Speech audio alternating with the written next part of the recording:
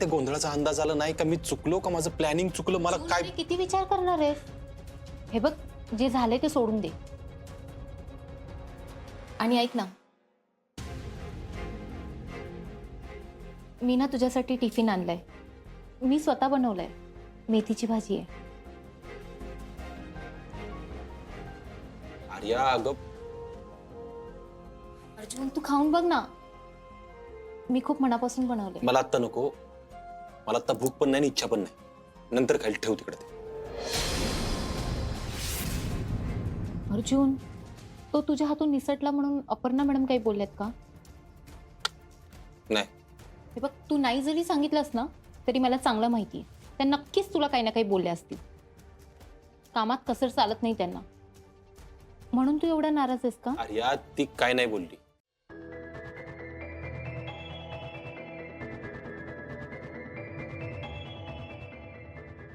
काय हो, तुम्ही दोघं आलात, भाऊजी नाही आले अजून नाश्ता करायला? काल रात्री पण उशिरा घरी आलेत ते. ती ड्रग्सची केस हातात घेतल्यापासून ना भाऊजींच्या डोक्यात काय चाललंय ना काहीच कळत नाही.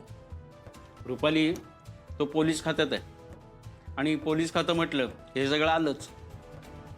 अहो, दुसरी एखादी नॉर्मल केस असते ना तर मी विषय सुद्धा नसता काढला. पण भाऊजी अपर्णाबरोबर काम करतात म्हणल्यावर भीती वाटते हो. रुपाली, आपणच असं बोललो तर अर्जुनवर कोण विश्वास ठेवेल? हां, आणि हे अर्जुनचं काम आहे. हे काम आहे म्हणून तो अपर्णाच्या संपर्कात आहे. इतकं सोपं आहे ते. असं असेल तर चांगलंच आहे. आर्या येईल, पण मी काय म्हणतो, आर्या कशी नाही आली अजून? अहो, तिचं काही कळणच झालंय. म्हणजे मी तिला मगाशी फोन केला होता पण तिने फोनच नाही उचलला माझा. कामात असेल कसले तरी. आणि ती पण आहे ना या केसवर? नाही, म्हणजे भाऊजी म्हणत होते की आर्या नाहीये त्या केसवरती. पण असं कधी होत नाही हो. म्हणजे मी तिला फोन केले आणि तिने फोन उचलला नाही, भले ते किती पण कामात असू देत. रुपाली, तुला नक्की काय म्हणायचंय? मामनजी, मला वाटते की भाऊजी आणि आर्यामध्ये काहीतरी बी नसले. अहो, त्यांच्यात चाललेली धुसफूस दिसते ना. खरं तर आज नाही, केस हातात घेतल्यापासूनच चालू आहे म्हणा ना. रुपाली, सगळे एकदम एका केसवर टाकून मोकळी होऊ नको बरं का. अर्जुन, उशीर केलास आणि रात्री पण उशीर आलास. हा, जरा कामाचा ताण वाढलाय दादा. अर्जुन, आर्या सुद्धा घरी आलेली नाही आणि रुपालीनं फोन केला तर तिनं उचलला नाही. काही झालंय का? नाही, माहित नाही मला काय. अर्जुन, आर्या घरी का आली नाही यात मी पडत नाही, पण मला इतकंच सांगायचं आहे की ती मुलगी खूप जीव लावते आपल्या सगळ्यांना. त्यामुळं तू तिच्याशी नीट वाग. अरे, तुमचं लग्न ठरलंय आणि तेही तुमच्या मर्जीनं. दादा, मला या विषयावर नाही बोलायचं. अरे काय, आधीच कामाचा ताण वाढलाय, तर परत परत हा विषय नको. अर्जा, अरे ऐकून तरी घे. मला नाही बोलायचं म्हणलं नाही या विषयावर. का नको? का नको अर्जुन? तुझं आणि आर्याचं लग्न ठरलंय, साखरपुडा झालाय तुमचा, आणि तरी सुद्धा अपर्णाचं तुझं सोबत असणं तुमच्या नात्याला घातक आहे. कळतंय का तुला? दादा, रोज रोज त्याच विषयावर घरात बोललंच गेलं पाहिजे का? हो, जोपर्यंत तू आर्याशी नीट वागत नाही तोपर्यंत तरी हो. भाऊजी, अर्जा, अरे भाऊ भाऊजींच्या डोक्यात काय चाललंय ना खरंच काही कळत नाही. पण भाऊजींना कुणीतरी समजवायलाच पाहिजे. हा, ओ बाची सरकार, खेळायला सोडून इकडे काय करताय? मामा, तू जगातला बेस्ट मामेस ना. अरे तो तर मी हायच र. आपली जोडी जगातली बेस्ट मामा बाचीची जोडी आहे का नाही?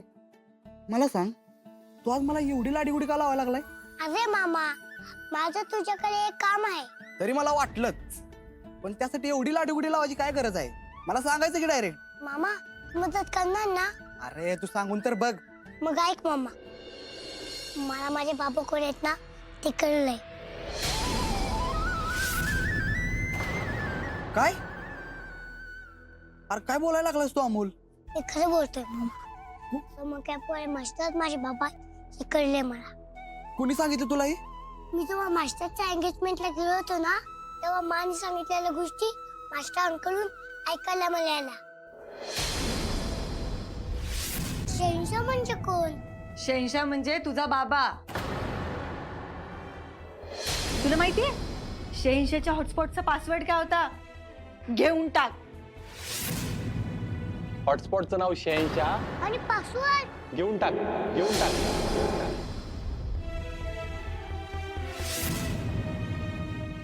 आणि तेव्हा मला कळलं की तेच माझे बाप आहे. मामा कुणी मला सांगितलं नाहीये, मला सुद्धा नाही सांगितलं. तर तुला सांगतोय मामा. का नाही सांगितलंस तू? काल मामाला घ्यायला आली ना तेव्हा मी बघितलं, मला खूप वाईटातलं. आणि बाबांची पण एंगेजमेंट चालेली.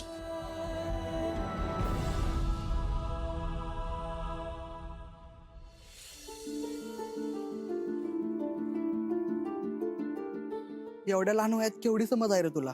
मामाचे मा आणि बाबा एकत्र पाहिजेत, म्हणूनच मी त्यांना एकत्र आणण्यासाठी प्रयत्न करतोय. त्यासाठीच मला तुझी मदत लागणार आहे. माझ्यासोबत हाकून म्हणतात तर दोघं पण आहेत. कोण? माझे मित्र शौर्य आणि तीनू. हे बघ बाळा, तू अजिबात काळजी करू नको.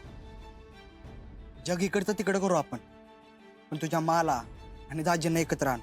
हे तुझा मामा कायम तुझ्या बरोबर आहे. तू फक्त काय करायचं सांग. मामा माझ्याकडे एक प्लॅन आहे. मी मा आणि बाबाला आजकाल त्यांची भेट झाली होती ना, तिथे घेऊन जाणार आहे आणि तिथे त्यांना सगळं सांगणार आहे. अरे वा, हे तर भारी प्लॅन आहे की. मामा अरे माझी आठवण येणार नाही. तिला आणि बाबांना एकत्र कसं आणायचं आजगावला आपण? बाची सरकार, नो फेअर वेन मामा इज हिअर. मी जगातला बेस्ट मामा आहे की नाही तुझा? हो. हा